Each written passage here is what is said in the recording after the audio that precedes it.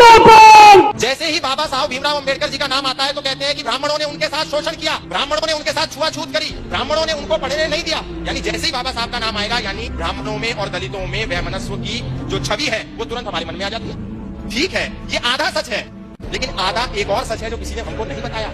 बाबा साहब भीमराव अंबेडकर दलित थे, लेकिन अंबेडकर टाइटल एक ब्राह्मण टाइटल है। ये टाइटल बाबा साहब भीमराव अंबेडकर को किसने दिया? बाबा साहब भीमराव अंबेडकर के पास जब पढ़ने के लिए पैसे नहीं थे, धन नहीं था, संपत्ति नहीं थी, संसाधन नहीं थे, तो वो लंदन पढ़ने कैसे गए? उनको फंडिंग किसने दी? ये हमको किसी ने नहीं बताया। उनको फंडिंग दी पंडित आत्माराम अमृतसरी ने, वो भी एक ब्राह्मण थे। उनको फंडिंग दी सयाजीराव गायकवाड़ ने, वो एक क्षत्रिय थे। उनको फंडिंग दी छत्रपति शाहू जी महाराज ने, जब उन्होंने वहां से लौटने के बाद सोचा कि मैं अपना एक अखबार निकालता हूं, तो उसका नाम था मूक नायक। लेकिन अखबार को निकालने के लिए पैसा नहीं था। किसने पैसा दिया?